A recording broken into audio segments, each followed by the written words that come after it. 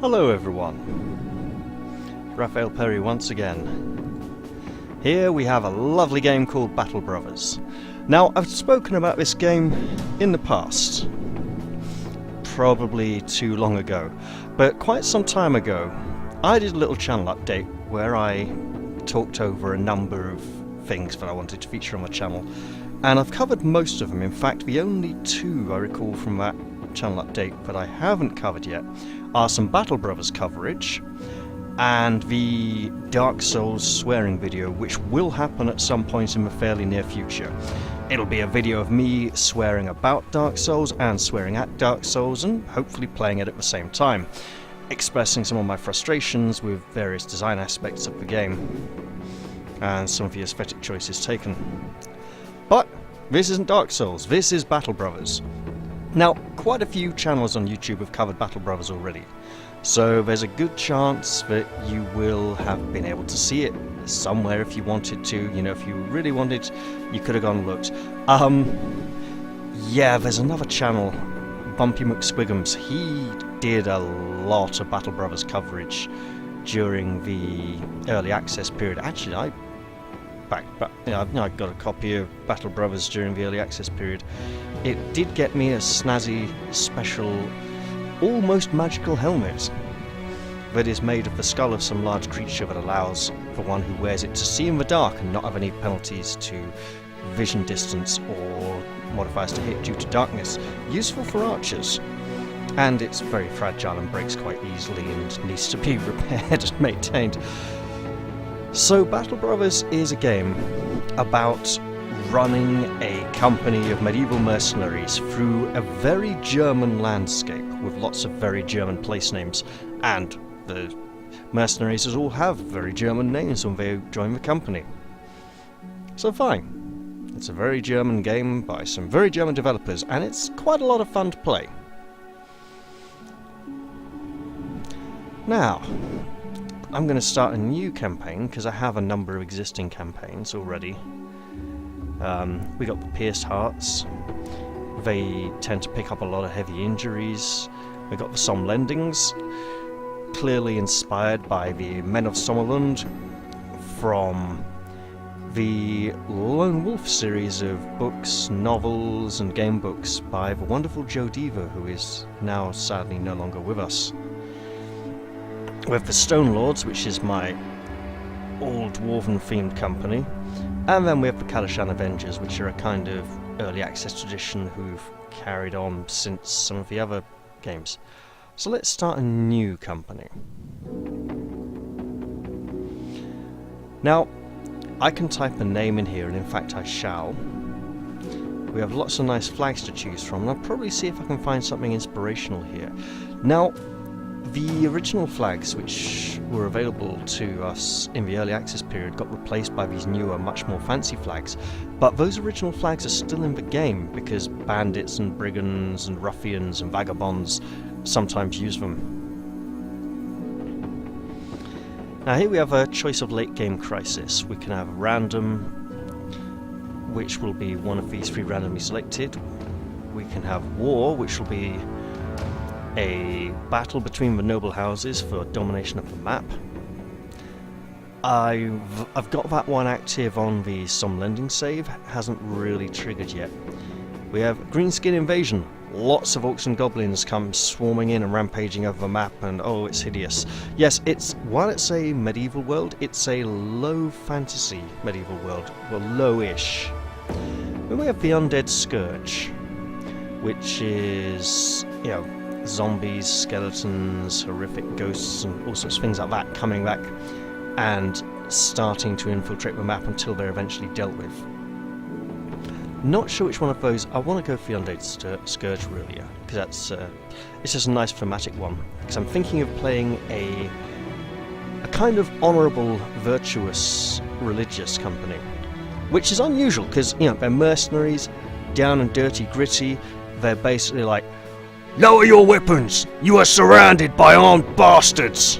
You know, they are not the most sophisticated of people, and of course mercenaries often known for breaking their word, going back on their contract, taking pay from the opposition, you know. But in this case, One of my nice goals that I like to set myself for this game, because it does have many role-playing elements, is to approach it as a role-playing game and say, okay, what kind of company do I want to run here this time?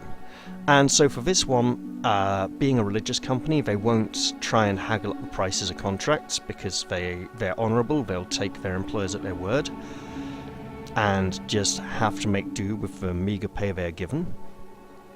They will not employ murderers, rapists, criminals, deserters who've, obviously proven themselves to be craven cowards and fled the battlefield. So no one too dishonourable will be allowed to join the company. Now, permanent destruction. So sometimes after fights, settlements and their surrounding locations can be razed to the ground. I wasn't a fan of this when it was introduced about 2/3 of the way through the early access period, so I'm going to turn it off because when it was introduced it was not optional. Let's take a look at some flags and see what takes our fancy. So this is a nice kind of Stone Lords, Dwarven, Celtic flag. We've got this boar here. So obviously looking for something nice and religious inspiring. We have this skeletal creature being devoured by a great mouth from below, a serpent wrapped around it. We've got the bear. I like the bear. The bear's a nice one. Might come back to it. Got this is a griffin rampant with 2 laurel wreath. Yes, it's not really a laurel wreath because it's not really fastened. Actually, let's see. No, it's red and gold. It's not breaking the laws of heraldry because gold can be what it... Wait, no, it's... Gold and white are the metals. Silver and gold are the metals. All the rest are colours, apart from black, which can be a metal or a colour, depending on what you need it to be for the design to work. And you always alternate metal colour, metal colour. I mean, here, we got gold going into silver. That's actually very bad, unless the internal black line around the edge of the gold was a little more defined and would separate it, in which case it actually works. I like this. It's kind of like a Three Feathers thing, but with swords and a Scottish cross. This is a nice... I mean, look at this. It's got the blazing, glorious sun of hope. It's tattered, it's blood-stained. It is... it's also got 40k purity seals!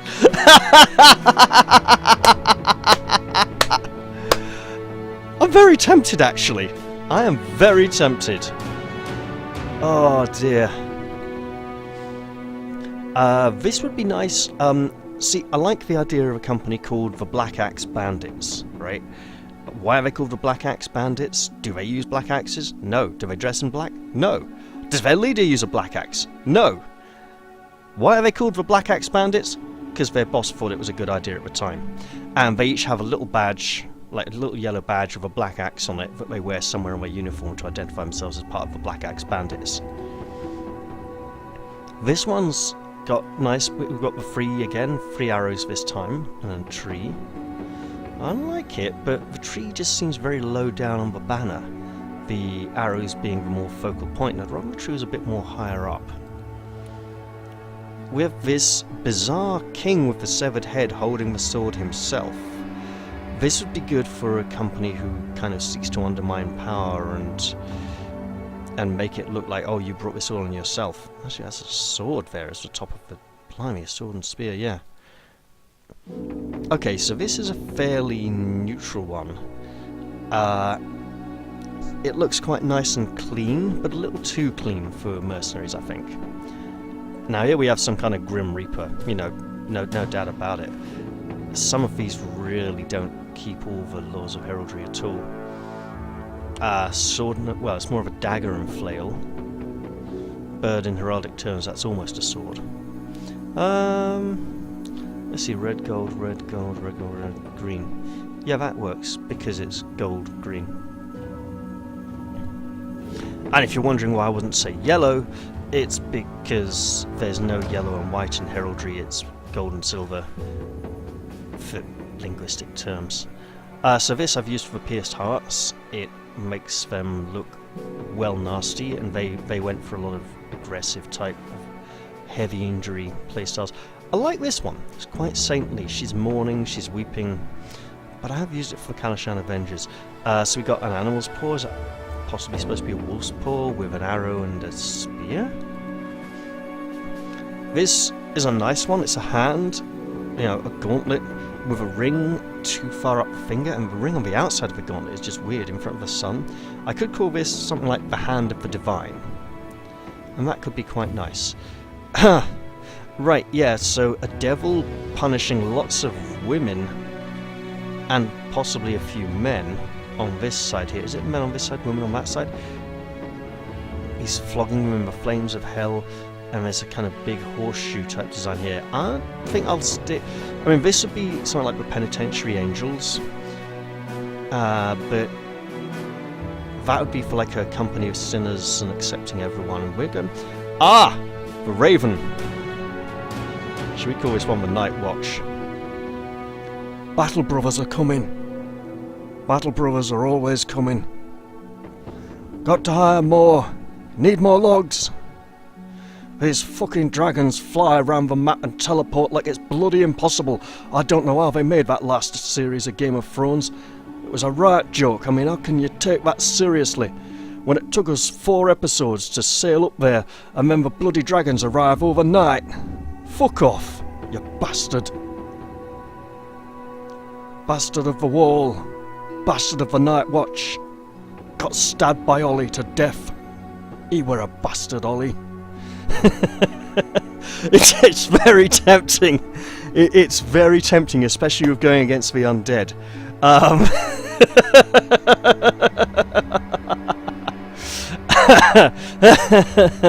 Oh, it's very tempting. Okay, crikey. Some kind of mermaid with a very male-looking skull for a head, and some kind of sea raider. That would be good for if I was using the ports to sail around a lot. A sort of wyvern, except it's not standing on its legs. Dragon has 4 legs, wyvern has 2 legs. To all of those of you people saying it'd be more realistic if a dragon had 2 legs, yes, it would, but then it wouldn't be a dragon, it would be a wyvern. And wyvern is not pronounced wyvern. A wyvern, W-I-T-H-E-N, is something else completely, or is it U-N? I can't remember. It's something to do with like wainscoting and eaves and roofs. Devil's head impaled on a spear.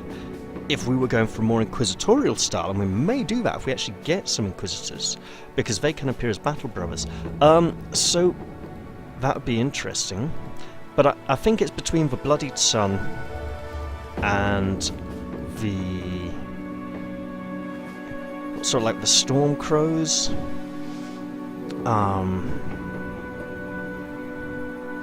Let's see. Do I want to emphasize the humility of the company or the righteous zeal?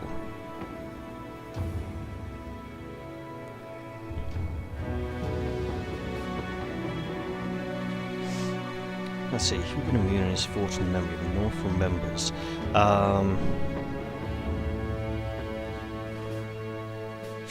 Ooh, the sins of the fathers are visited on the sons. No, I think I'm going to go with the sun. The Bloodied Sun. What shall I call it? Maybe something to do with salvation, like the glorious sun still shines in the... What is that speech Aragorn says to the Uruk-hai at the Siege of Rohan? The books, not the film. It's like, none knows what the new day may bring, so get you gone. And they laugh and say, what of the dawn?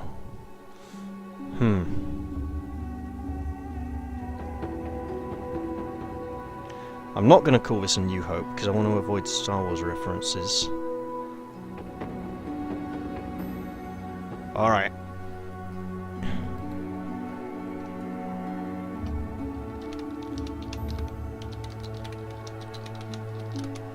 Galliard's last chances. Right. Map seed. We have map seeds available. They're hexadecimal. There's a few very good ones. I haven't gone through and tried all of them. I'm very tempted, but no, I'll just use this one because I don't recognise it.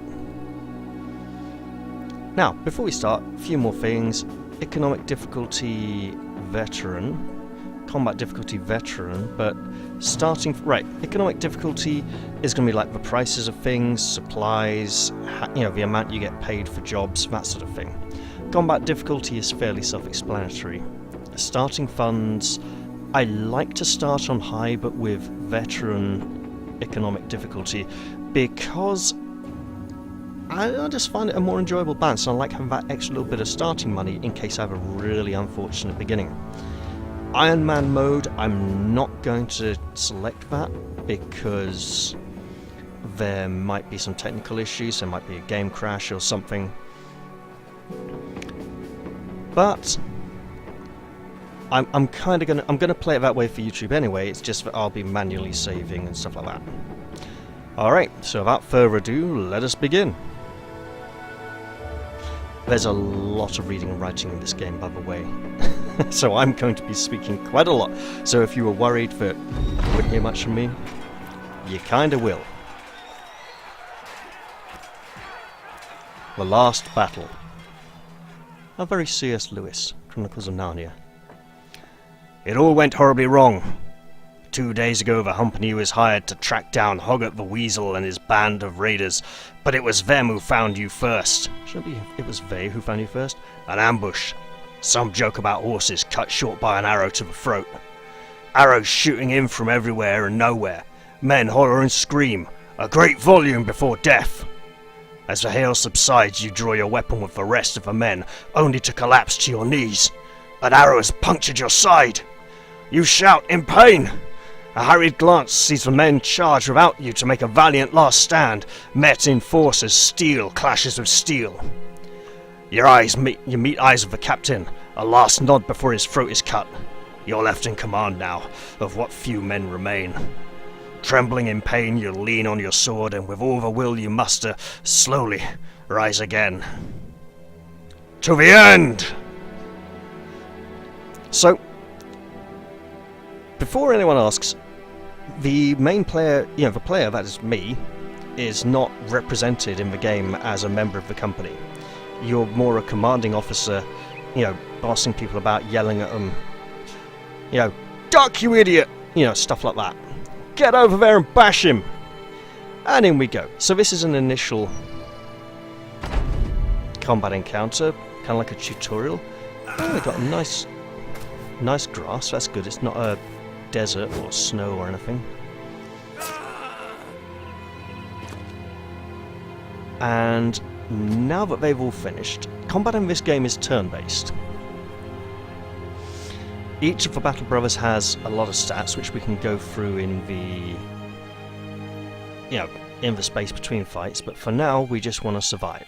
So initially they'll have a name, action points. Everyone gets 9 action points a turn, unless they're poisoned or got some kind of serious injury that slows them down. Fatigue, getting tired, getting knackered, how much energy can you expend? Morale, are you brave? Are you courageous? Are you wavering on the brink of fleeing? Head armor. Head armor's good. Armor in this game is just represented as extra health. It takes the same amount of damage you do, but the majority of the armor damage, if you get hit some of his armor, most of the damage will go to that armor, and the remainder will come through to you. And I don't mean that the armor takes all the hits first, but the armor will take most of the hits first. Body armor, so he's got body armor, and health. Along the top of the bar here will be the skills available to the character. This is the initiative bar, which shows the order of actions. Up here we have the round number of people on our side of the fight, number of enemies on the enemy side. Our warriors will always be facing to the right, enemies will always be facing to the left. We have a number of corpses here already from this fight. It has not gone well. And here, Hoggart the Weasel himself, That knave, that scoundrel. I should add that I've got loads of experience with this game, but I'm just having fun anyway. So,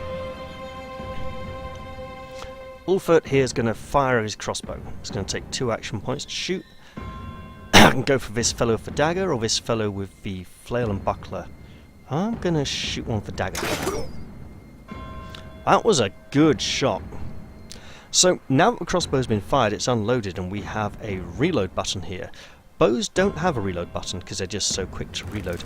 Now it costs 7 points to reload, so 2 and 7 is 9, that's all he gets. Bernhard here advances, and I should talk through these, shouldn't I? So Split Man is a big attack that tries to hit the head, then hit the body. Now the head is separate from the body, because if you get hit on the head it's a critical hit.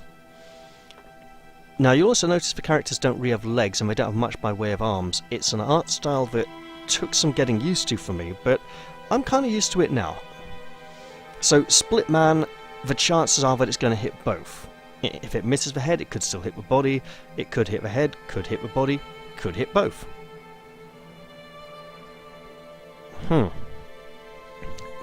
It's generally going for both though, I think. Now, Round Swing is a whirlwind attack where he just swoops the axe around him and trying to hit everyone. And then Split Shield, hey, there's a shield, he's going to wreck it. You know, but for now, axe to face. Oh! Nice. 1, 2, 3. So, this fellow, this thug, can't reach our crossbowmen, so what I'm going to do is have Reinhold advance to here.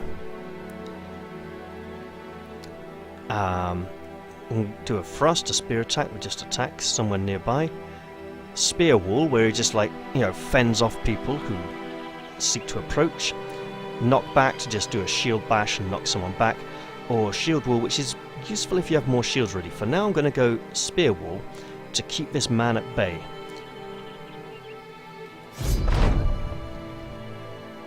Okay, so he's moving around the spear, and Hoggart the Weasel has fled the field of battle. Let's unload the crossbow into this fellow. That thing hits so hard! We're going to Bernhard advance to here and hack at the man. Unsuccessfully. Reinhold will stab him with a spear. And now the enemy will get a turn. You see this little white flag there? That indicates that he is breaking. We've stabbed him in the arm, we've stabbed him in the chest. He is not having a good day.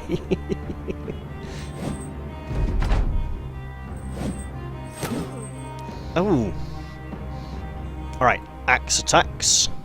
Come on. Oh, what? He deflected it with that tiny little buckler? That's pathetic. Right, Ulfert. Move up and fire! Nice. The enemy was destroyed in 3 rounds. Victory! So here after the fight we have a little rundown. Reinhold got dealt 26 damage, gained 68 experience, and received 31 points of damage. That does include armour, so 7 on the health, 24 on the armour. Bernhard the Stallion has gained 1 kill, 37 damage. Yeah, nothing like our crossbow wielder there. 93 experience points and no damage. And Ulfert also got a kill, 116 damage. Ugh! With that crossbow, it is brutal. 93 experience and no damage received. Which means Reinhold got less experience. I don't know if... I think there's killing blow experience in this game, but it's not purely killing blow experience, it's like a bonus that you get. We also get to plunder our foes. So we have some grain. So basically we can make porridge. We got a few bandages, so if someone gets badly cut during a fight, they can bandage themselves up. We have the Fangshire helmet, which is it's made from a Arctic northern tiger's skull, and originally worn by Bjarund the Beastman, a fierce northern raider. He probably stomped around shouting, "There can only be one!" and trying to cut people's heads off a lot. Let's see, the Fangshire is a northern tiger's skull that nestles the face of men deeply and darkly between two ferocious fangs. Originally worn by Bjarund the Beastman, a fierce northern raider, it instilled fear into the hearts of his enemies as he went on bloody raids and burned down many a village along the coastline. When Bjarund was finally slain, Fangshire was taken as a trophy and went further south. Rumours proclaim that its wearer's eyes glow a sharpened yellow, allowing them to see through the very night. And it does indeed allow the wearer to see at night and negates any penalties due to the nighttime poor lighting. So we got a dagger, a buckler, and an akaton. Well, it's not a male akaton, it's a padded akaton. So that's good enough for me. I'm going to take all of it.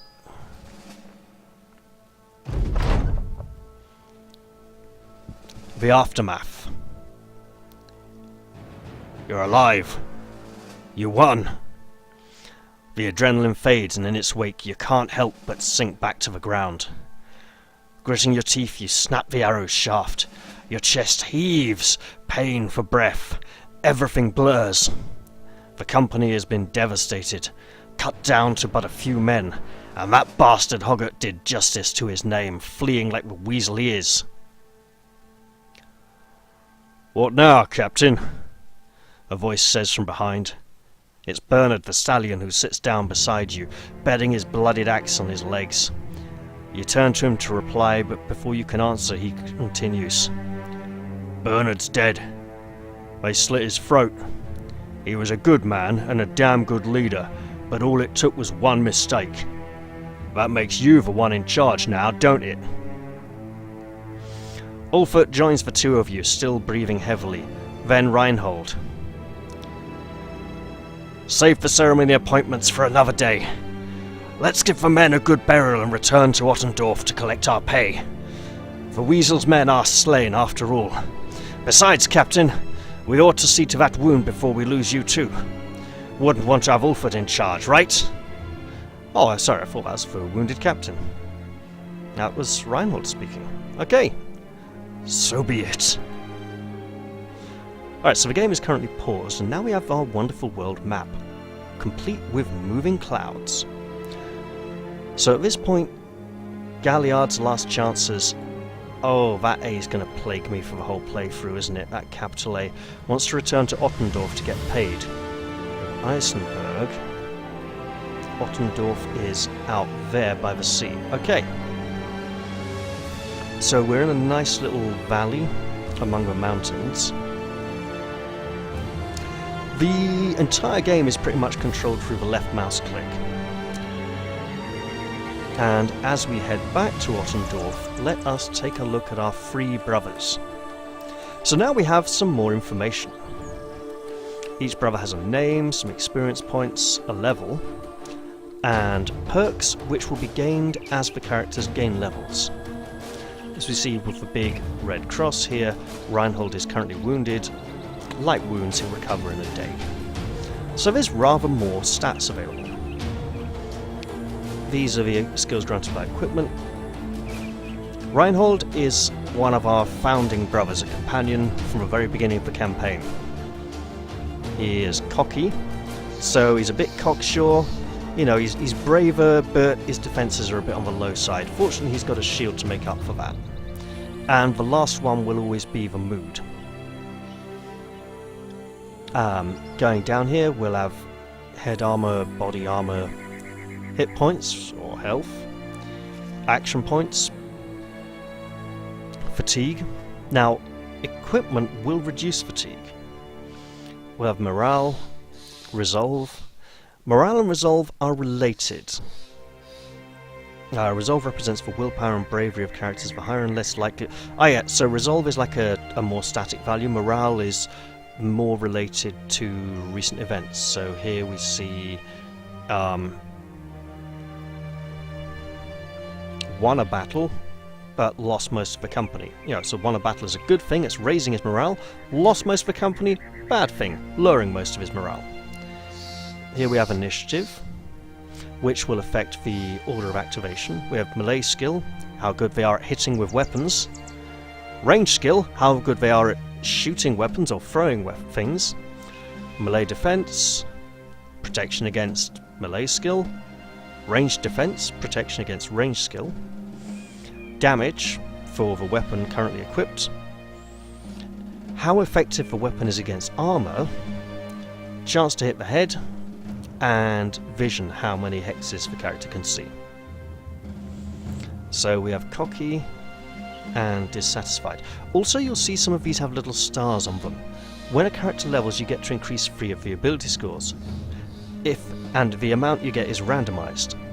If there's 1 star, you're going to get slightly better than if there's no stars.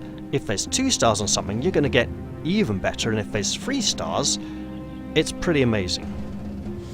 Now, that being said, attack skills go up higher, quicker than defense skills, so everything's on a sliding scale, so it's all relative. Now, Bernard the Stallion, oh my god! Okay, he's a keeper. Iron Jaw.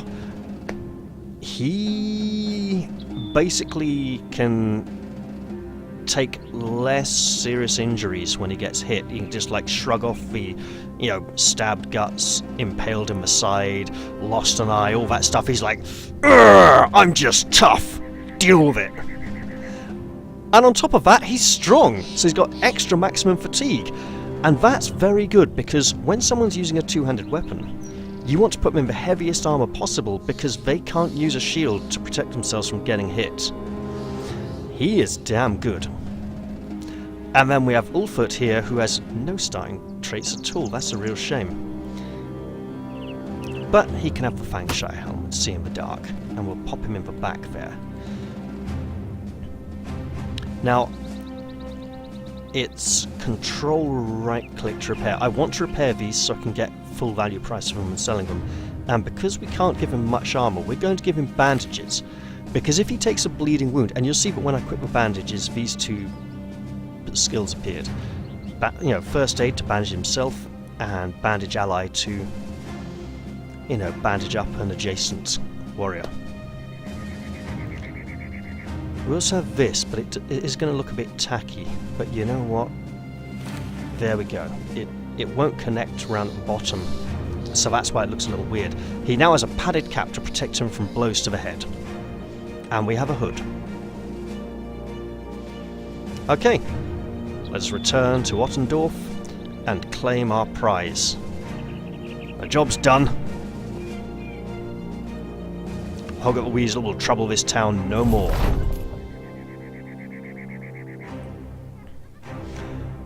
What a sorry display it must be for the onlookers as you arrive in Ottendorf. 4 bloodied and beaten mercenaries down on their luck. The man who hired the company days ago, Torhelm the Trademaster, no doubt expected you to return in a more glorious fashion. Still, he welcomes you to his house and offers bread and wine while a servant fetches a healer. Few words are exchanged except for the occasional grunt and wheeze as an elderly man with his shaky hands tends your wounds. A pin pierces your skin, the first of many stitches to come. You grit your teeth till you think you hear one break. Torhelm the Trademaster sits beside you and asks if you took care of Hoggett. You shake his head. You shake your head. We killed his men, but the weasel eludes our blades in the end. The healer waves around a glowing fire poker, suggesting he wants to push it into your wound. You nod, and he does so. For a moment, that's all there is. You're not a man, but a pinch of fire, flesh from flame, a golem of pain. Torhelm the Trademaster hands you a goblet of wine. A goblin of wine? A goblet of wine? What am I thinking?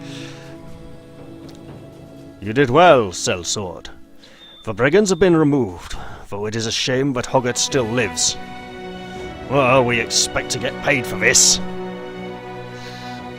Torhelm the Trademaster gasps. Well, naturally. 400 crowns is agreed upon. He gestures towards a servant who rushes to your side with the pay in hand. I wonder, may I make use of your services one more time? I'd very much like to end the headache that is Hoggett once and for all, and I would pay you again, of course. Another 400 crowns, shall we say? Bernard the Stallion scoffs and takes a drink more wine, but Reinhold stands to speak. Yes, the company is in ruin, but we will rebuild it. Without the Galliard's last chances, Bernard the Stallion would drink the crowns away and end up begging on the streets, and Ulfert, by the gods, we all know he'd go chasing the womenfolk until one stoved his rotten head in. We need the Galliard's last chances. It's all we have. What say you, Captain? Bernard the Stallion burps and raises a cup to you. Ulfert playfully thumbs his nose and nods. Kill that bastard Hoggart or not. It's up to you, Captain. Yes, we have unfinished business of Hoggart's. Torhelm the Trademaster claps his hands in satisfaction. Excellent! My little birds will need some time to find where Hoggart is hiding his hide now. In the meantime, I suggest you see about stocking up on supplies so that you'll be good and ready to end this when the time comes. I'll see you in a few days' time at the latest. As you leave Torhelm the Trademaster's house and stand on the outskirts of Ottendorf, Reinhold seeks a word with you. We need more men, Captain. I know I gave a big speech back there, but bravado won't do shite. We need more warm bodies in the ranks. Figure we find 3 good men, buy them some decent weapons, and dress them in the best armour we can afford. The man pauses to glance around. I bet this shithole of a town's got the desperate peasant or two looking to make a new life. Or we could travel to Eisenberg in the northeast. Those city folk aren't always as handy as these country bumpkins, but we're more likely to find men with fighting experience stopping to rest there. Well, that's what we should do then. So let's get into Ottendorf. Let's see if there's anyone here worth hiring. Ulfert, a monk. Wait, another Ulfert? Ulfert the Half-Man! Yes, we shall hire the dwarf! Dwarfs belong in this company. Yes, they're rare in this game. Oh, this is going to be a fun save. Banished from his home after a violent struggle with his brother, Ulfert found himself on the streets having to beg for bread. At the sight of you, he rises with open arms to embrace you, claiming to know you well from years past and many a shared adventure, although your name escapes him at the moment. Right. Ulfert. He's tiny and short-sighted. Well, we'll just give him a little dagger and that buckler then, and this hood. Why not? I remember a time in early access where the tiny ones actually were only about this high compared to the other Battle Brothers, and it actually looked quite funky. So he's got good melee skill, really good melee defense, and good fatigue. That will be interesting. Now, we also want to get spears and shields. If we can get broken equipment that needs repairing, all the more the better. I'm going to get this thick tunic. That's really expensive for tools and supplies. Medical supplies, we're good for food for now. I think we want to head off to Eisenberg, which will be up there. Yeah. So all of these things on the map are related to the... Oh, ruins, that needs to be rebuilt. So ruins can be rebuilt in time because I turned off the permanent destruction. Eisenberg is... Oh, okay, along the way. As Eisenberg's skyline approaches on the horizon, Ulfert seeks a word of you. That's not Ulfert. Oh, Ulfert's on the left, yeah. Never been to Eisenberg before, but I've been around ones that look a lot like it. Cities like these are great for selling goods, as all these prissy, pompous pricks love to have their goods delivered. With so many merchants, you can find almost anything you need to. Keep an eye out for bargains and don't get swindled by them cutthroat merchants. Bernard the Stallion seems fit to add his own opinion of what you should do. If there's a good tavern, I say that's where we should go first. Nothing ups a man down in his luck more than a pint. Gods know we've earned it. Ulfert shakes his head. You say that every time we stop into town. You say that even when you're already drunk. I'll keep it in mind. So Eisenberg is a larger town. Oh, it's a mining town. Lovely. So we have locations in this town. We have a tavern and a temple. The temple is good for getting ailments treated by the monks. They'll stitch up wounds and set broken bones and things like that. This town has terrified villagers. You'll see conditions for the town on the right here. On the left, there's a contract available here, but we can't take it because we've already got one to go duff up Hoggart the Weasel. Here we have a marketplace, here we have people to hire. Oh, good God. Right, Friedrich is an apprentice. One enters the world always looking to be the best they can be, so what better way to be the best than to learn underneath one? Friedrich thought the same, taking the role of an apprentice in Eisenberg, learning all he could. Friedrich built the greatest work of art possible ever seen in the field of underwater basket weaving. His master, though, was a jealous one. Not to be outdone by a pupil, he burned the project to ash, and eye-watering fumes. It was clear to Friedrich he could learn fast, but perhaps there were better masters to study beneath. Okay. And Havard. A hard helm and a pickaxe, the tools Havard has been taking deep into the earth for years. But suffering from relentless coughs, the man felt maybe a career in fresh air would better serve him. Havard spent years earning keep from a company store.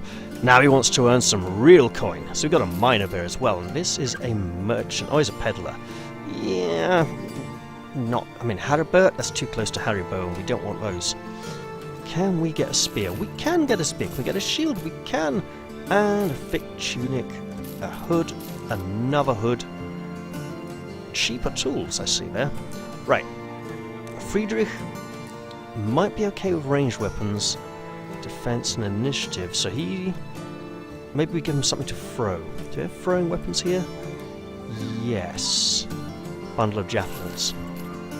So along the top here we have our gold crowns, our food, our tools and supplies, our ammunition, and our medical supplies.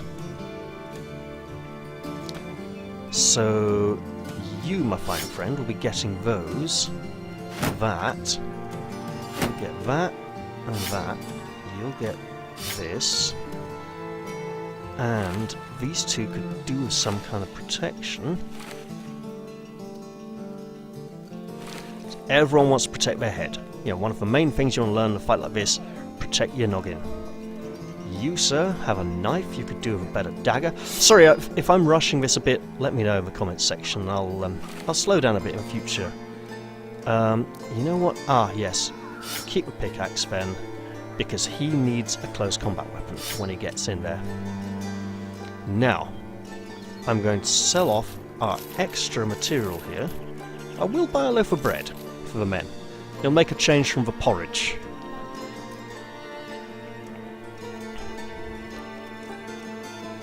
And let us stop in the tavern. So, let's see. Patrons talk about this and that. Mercenaries, eh? We get a few of these days. Just some days ago, a bunch of them called themselves Orkbane Company travelled through on their way to Ottendorf, they said. Good coin to be made there. Well, we've already got the contract there, so hard luck to the Orkbane Company. Hope they don't come try cut us off after we defeat Hoggart the Weasel. Pay a round of drinks for the men? Absolutely, it'll raise their spirits. Eat, drink and be merry, for on the morrow we may die. Now, let's head back to Ottendorf and speak to Torhelm the Trademaster regarding the whereabouts of one weaselish individual. Now it's getting late. I'll explain what that means in a moment. Torhelm the Trademaster is pacing back and forth when you find him. The healer who damn near killed you with the fire poker is standing nearby. He's picking chunks of dried blood out of his fingernails. Torhelm the Trademaster claps his hands. Finally! You're here! I've good news. We got hold of one of Hoggart's former men. My good friend here had a nice little talk with the man, and now I know where Hoggart's licking his wounds. The healer clears his throat, splaying his fingers out like a maiden looking to paint them. He speaks as though he's identifying a disease he is about to excise. The brigand known as Hoggett is hiding in a small hut on the hills to the northwest of here. Based on my most civil discussion with one of his men, Hoggett knows the Galliard's last chances are on his heels, and will have gathered more men since the last time you met him. Nodding, Torhelm the Trademaster waves you off. Good luck, sellsword, or we'll return with his head. Now, stepping into Ottendorf, you'll notice that the market is closed, there's no people available to hire. In fact, the majority of the town facilities are unavailable at night. The boat, the harbour, we can't even get a ship until morning. All we can do in town is get contracts and update contracts. Now, northwest, oh okay, good. I thought we were going to have to cross the water there for a moment. But no, it's just round here. Oh, stuck on the mountains, going a bit slow. The pathfinding does tend to stick to the roads and take the quickest routes a lot these days. It used to be all manual, but sometimes it gets a little weird. So we'll face off against Hoggett the Weasel, and probably end the episode after we get back to Ottendorf. Hoggett's refuge contains a few brigand thugs and a brigand poacher.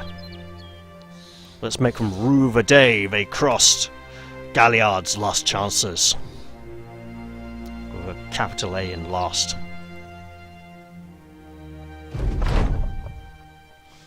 Okay, so we have hilly country. I like it, and we're on a central ridge. We have a lot of advantages here. Can we shoot this one? Yes, we can. It's a low chance, but the bolt's going to have to go somewhere. Shot on! Nice. Well, Ulfert, that's a good start. Here comes Hoggett. He's got a sword and shield. If we can get that body of armour of his, that would be amazing. He's got actual mail. Alright, let's move Bernard up to here. I'm not going to fully close the distance, because I want to invite the fellow in. Ulfert will go to here. Oh, he's only got a buckler. Of course he's... Wait, he's called Ulfert. Can I rename... Oh, I can't rename him until after the fight. I just hope he survives. The little fella that he is. Wait, he should have had the dagger. Did I sell the dagger? No, I gave it to Ulfert the crossbowman. I gave Ulfert's dagger to Ulfert. Okay, so gonna go here and chuck a javelin. There it is, sticking out of the ground with a big blood spurt where the archer got shot. So now I'm going to swap to the spear. No, I'm not. He doesn't have enough action points left. Okay then. Here comes the clubman. Harvard is going to step up to here, a miner, who should have the pickaxe, and he'll level his spear. Yeah, but then give little Ulfert a spear, he'd look ridiculous. It'd be like 2 or 3 times as long as him. So Reinhold will go up to here, ready his spear to keep the foe at bay. And with that, we'll be progressing to the second round. Bernard is going to delay. As is Ulfert, actually. Come on. Okay, that's fortunate. So now Friedrich is going to swap to his spear and stab this flipper neck. Oh, pierced cheek. Yeah, no wonder he took so much damage. We're going to not shoot, but advance to here to close the range a little and then shoot this archer. And miss miserably. Oh, he's coming round. This is actually potentially quite bad. Now you see, Hoggett is actually lining up with one of his brigands here to try and set up a shield wall of his own. So we're going to shield wall up, spear wall, shield, And delay in case the fellow of the club comes in, then two-handed axe to the face. And miss completely, so it didn't go to the face at all. Ulfert is going to back up because he doesn't want to get surrounded by these two, because he's only a little fella, right? Come on in and get stabbed with a spear. Oh, stunned. Spear revenge. Nice revenge. Oh, ripped ear. Ouch. Which somehow broke his nose as well. Right, load a bolt, loose a bolt. I want to take that archer down. I don't. Oh, goodness. He's determined to try and get round us.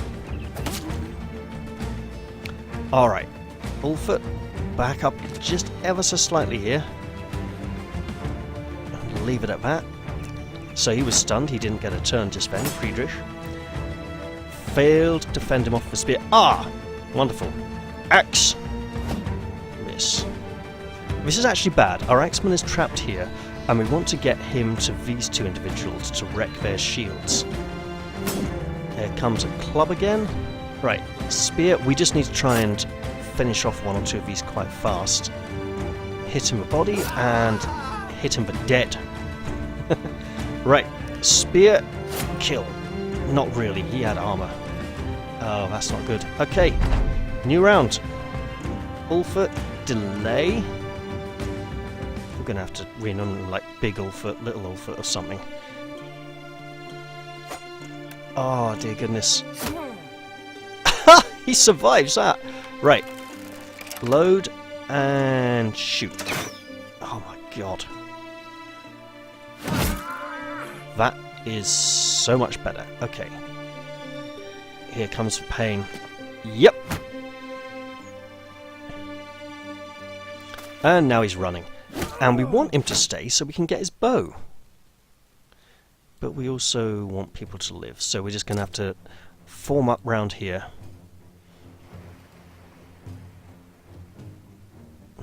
53, 57. Wow. So there's also ganging up bonuses to hit, so there's a lot of modifiers. Right. Destroy armor. But it's really good armor. It also didn't do a very good job of it, so just a stat. Wait. Knock him back with a buckler. Little Ulfert, if you knock back Hoggart the Weasel, this will be impressive. Nah, I didn't think he would. He's only tiny. Right, Friedrich, get on up there. You can go through. Attacks of opportunity do exist, but you can burst through if the space is already occupied. Right. Mate. Ulfert, the crossbowman, shoot this fella dead, please. Well, not quite dead, but... Hey, he's sticking around! Okay. His shield's up, he's in a one-man shield wall. A one-man shield wall doesn't really exist, does it? It's just a bloke with a shield. Speaking of a bloke with a shield, that's one bloke who won't have a shield anymore. Right. Pick. Picking away. Right. Spear. Jab. Not good. Alright, new round. Friedrich is first. We just need to basically try and take Hoggart down with many attacks. Flippin' heck. Spear just missed his head, went right through his ear and ripped out part of the side of it. It's hanging disgustingly. Alright, Bernard. Take that shield away. Kill the shield. The shield is gone. How brave is he? Not that brave. Right. Thought he'd be a bit foolhardy there. Let's try and finish him off anyway. Nope. Oh! Bloody hell! Bernard the Stallion is suffering cut arm sinew. Havard, chase down that man. Don't let him escape. Ulfert, with your one attack, can you finish Hoggart the Weasel? No. Well, I was hoping you would. Reinhold, for the company! And again! Right, Friedrich, can you get the kill? Maybe, on the second attempt. Bernard, is this revenge? That's very disappointing. Arrow just funked straight into the shield there. Let's load. Let's shoot. Wow, just completely miss him. Okay, little Ulfert. Oh. Alright, Harvard. He's going to have height advantage, but he's going to have to change weapons, so he'll only be able to attack once. Can you kill him? Yes, you can! It's like Bob the Builder, but less insane. Ugh. That was so close. We nearly lost a brother there. Alright, Reinhold. For the company! Nice! Wow. Whew. I think we can all agree that Bernard the Stallion took more damage than anyone else there. More damage than anyone should be expected to. Oh dear. Wow. Heavy damage hitters were Friedrich and Harvard. Havard. I'm going to change that because I'm going to keep mispronouncing it. Yeah, good experience went to Havard, Friedrich, Bernard and Reinhold. And we have some treasure here. We have a signet ring, some roots and berries so the men can vary up their diet, some gold crowns, a few tools, some ammunition, quiver of arrows, bow, a wooden stick. That's a club, mate. That's a club. Look at it. It's tooled and everything. Pickaxe, a falchion, a dagger. Hey! And a wooden shield. Well, after a battle, Hoggart lies dead in a pool of his own blood, skewered into a grotesque and panicked pose. He didn't weasel his way out of this one. You put a boot on his corpse and look at your men. For the company! For all the men who've fallen! Ulfert spits on the dead man's face. Let's take this bastard's head and get back to Ottendorf. It's time to get paid. I do like the event art we have in this game. It's really nicely done. Now, let's go look back at our company. You, Ulfert, misappropriated little Ulfert's dagger, and he wants it back. So you can have this new dagger to replace it, and yes, I could have just given him the new dagger, but it wouldn't be the same. I'm going to rename him so I don't forget. And we have some... Wait, where's... Oh! Right. There's his crossbow. How on earth did he lose his crossbow? That's weird. Oh, I might have just unequipped it there by mistake when I put the dagger in. Probably makes a lot more sense because I don't remember finding one. Right. Little Ulfert can also do with a bigger shield. I'm tempted to give him a club, to be honest. But not right yet. Let's hold off on that idea. We have some leveling. I'm going to set these items to repair before we level. We do have some leveling. So, Bernard the Stallion. So what we do is we just click the big orange thing that says click here to level up, or click the yellow arrow above a level. And you see here we have different values. I'm going to put 3 into melee skill, 3 into melee defense, and I'm torn between hit points and... No, fatigue, because he's using a big weapon, he's going to need lots of armor, he's going to need lots of fatigue. We'll get him health later on. Now we have a number of perks available to us. We have fast adaptation, which is basically, adapt to your opponent's moves, right? You get an ever-increasing chance to hit. Every time you miss, you have a better chance to hit next time, and it stacks up and up and up until you get a hit, and then it resets. We have Crippling Strikes, which increases your chance to inflict vicious injuries on your enemies with all attacks.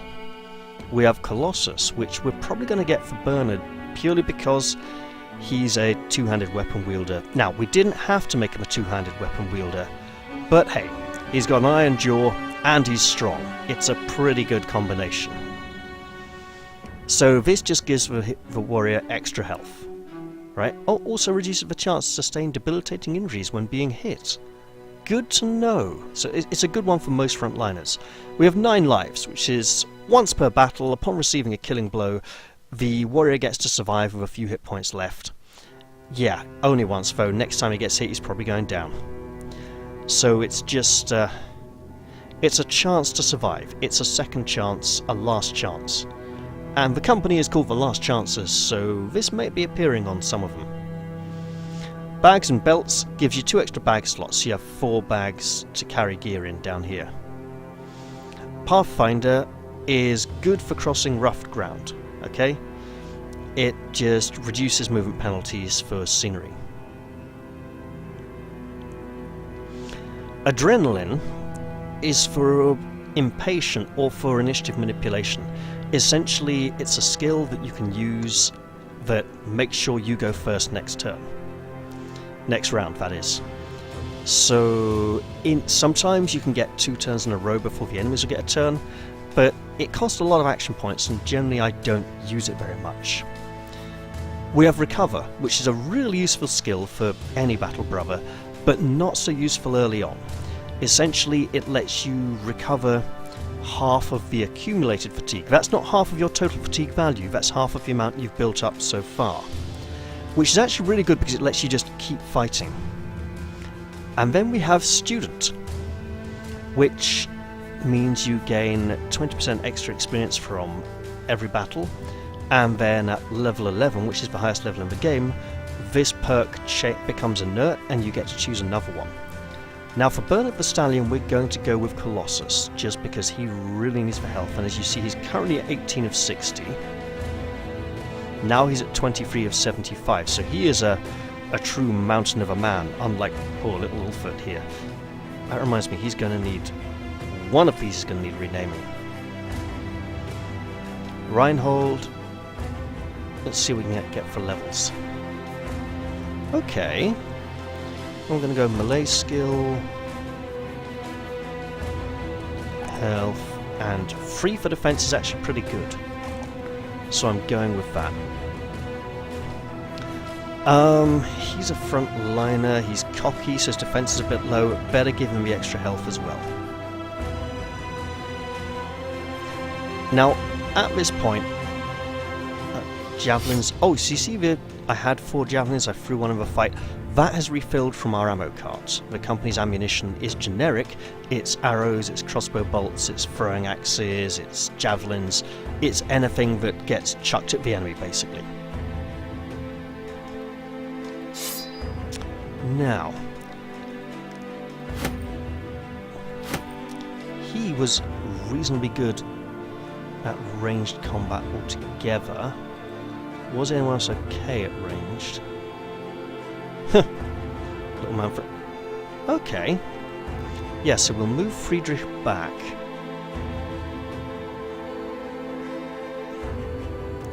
Give him a club. Give him a bow. Give him some arrows. Those will refill to 10 before the beginning of the next fight from our stash. Oh, this is... keep little Ulfert on the side there. So we have an archer in the back. That's good. And then Reinhold can have javelins as well, ready to throw. Now, I don't make massive use of throwing weapons. They can be useful, but swapping over can be a bit of a pain. And we'll set these to repair. Someone can get a spear and shield, and we have a falchion as well.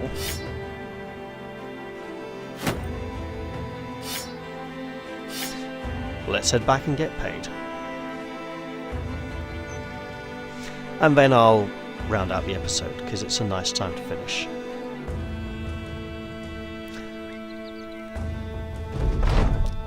Along the way, Ulfert joins your side. Got a moment, Captain? You nod for him to speak his mind. The battlers left some gear worse for wear, and some men got a good nicking too. We can patch up both men and equipment while marching, but it's a lot faster to sit down and do it. Of course, if we make camp, we should be wary of ambushes. A campfire in these parts can be seen from every which way. I'll keep it in mind. Indeed, if we camp, we get to heal faster and repair equipment faster. But now we're returning to Ottendorf to get our pay. Look at these men here, celebrating a job well done. Ha ha ha! The company returns to Ottendorf as victors, their heads held much higher this time. The Galliard's last chances are not the size they once were, but they're still a force to be reckoned with, as Hoggart learned in his final moments. You carry his head in a sack that you empty in front of Torhelm the Trade Master's feet. He jumps back, but the healer quickly picks the head up, stares at it and nods. Torhelm the Trade Master approaches the brigand's bloodied face and eyes it carefully. Yes, that's his ugly mug, all right. Servants, pay this man his money! Coin in hand, you raise your voice to the men. As long as there is blood coursing through our veins, as long as we can hold sword and shield, there shall stand our company. All through the realm, people will know the Galliard's last chances. The men cheer! Reinhold puts his hand on your shoulder. You did well, Captain. No matter where you led us, the men will follow you as brothers in battle. And we gain 400 gold crowns. As brothers, together, men! Hooray! And we can go into Ottendorf. Let's take a look at the marketplace. So prices will have increased because we will have improved our reputation with these people. They'll like us better. There's reputation and renown. Reputation is how much people like you. Renown is how well known you are. The tools are still very expensive. That's almost a good price. We could almost sell these elsewhere for a decent amount of money. For now I'm going to sell a pickaxe and a buckler. And you know what? I'm selling this signet ring. Anyone interesting to hire? We have another Ulfert, a monk, and this is a religious company, so let's do that. However, we shall name him Brother Oswin.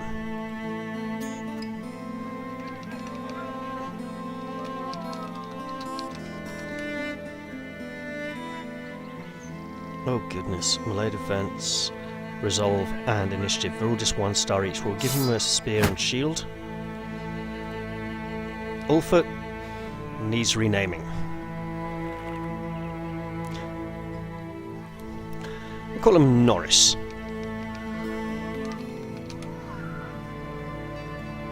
For reasons that probably none of you are familiar with, but that's okay. And there we have it. The end of our first session of Battle Brothers. Now, I hope you all enjoyed it. It's a nice fun game to play. I'll probably do a few more episodes and put it on the channel. Let me know if you like it. If you do, maybe I'll turn it into more of a long-running series. If you like the look of this game and you'd like to try it out for yourself, I'll put a link so you can buy it down in the description below. Hope you all enjoyed this episode, and I'll see you all in the next one. Bye bye for now.